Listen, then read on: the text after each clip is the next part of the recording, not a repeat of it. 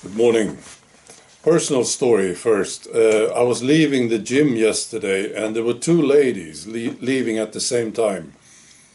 I don't know them, very nice looking ladies, and they were talking about the snow. See, we have lots of snow right now here in Sweden. And I had to say something, so I said, "Excuse me, ladies, you're talking about the snow." "Yes." "Well, haven't you heard? I think the idea of snow now here in Sweden on the ground is a conspiracy theory." And there was this beautiful reaction from them both. And one of them said, "Why? Why is it a conspiracy theory?" She said with a smile, you know. And I said, "Well, I'm sure you heard this, that we're not supposed to have any snow now in Sweden." That's what they said, right? And she said, "Well, that's the Green Party, isn't it?" And it was a good moment, you see. We had a good laugh.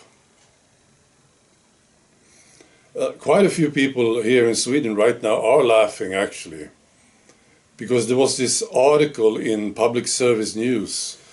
They talked about the protests in Iran, right? Lots of people talk about this now, see, having fun with this thing. So the article said this about the protests in Iran, right? So I'll just read it to you. This is in the article. You know, they are talking about the causes. Why are they protesting in Iran, right? Is it maybe radical Islamism or Sharia laws or something? No. That's not why they protest. So this is what they said. Right, listen to this. This is good stuff. The protests in Iran have been going on for just over 2 weeks and are becoming increasingly widespread. Demonstrators can be heard shouting "Death to the dictator." At the same time, the regime is weakened, partly because of weak economy and climate change. Isn't this great? I think it's great. I also want to talk to you people in England, in the UK, right? I want to calm you down because there was this very disturbing incident with the Reform Party. I was watching it and I want to talk about this. So there was this guy, Nadhim Zahawi. Okay. He was sitting next to Nigel Farage, and Farage said that he really trusts this guy. He said, "I'm a big fan of this guy, Nadhim Zahawi." Right. And apparently this guy, Zahawi, is coming from the Tory party. I'm not sure, but I think so. And now he's with Nigel, right? They are working together.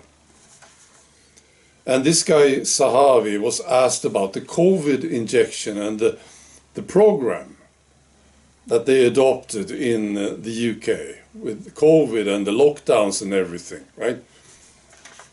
And this guy said that they did the right thing. Right. Now, maybe this is very disturbing. I don't know, but I think so, of course. But I just want to talk about this thing because this is the reaction that you could actually expect, see, from people. Because lots of people still believe that this was a great thing. It's unbelievable, but yes, that's how it is. We have a so-called nationalist party here in Sweden. They have no problems with what they did. They don't talk about this thing, what they did during the COVID hysteria. Never. See? So it's to be expected. That's what I'm saying. Of course it's bad, right? But this is how people reacted. And this is what a lot of people still think. It was great what they did. I know people who they ran to get the injection. See? They were all enthusiastic about it. They complied immediately, right? You could ask them, so you really going to take this thing? You're going to look into this at least? No, no, no. I'm going to take this thing. See? This is fantastic. There's a vaccine now. It was never a vaccine, but they never looked into it, right? And a lot of those people still believe it was the greatest thing. So that's how it is. Nigel Farage, I think, is just completely stupid on this subject. And this guy definitely, Nadim Sahavi, yeah. So maybe it's not such a big deal.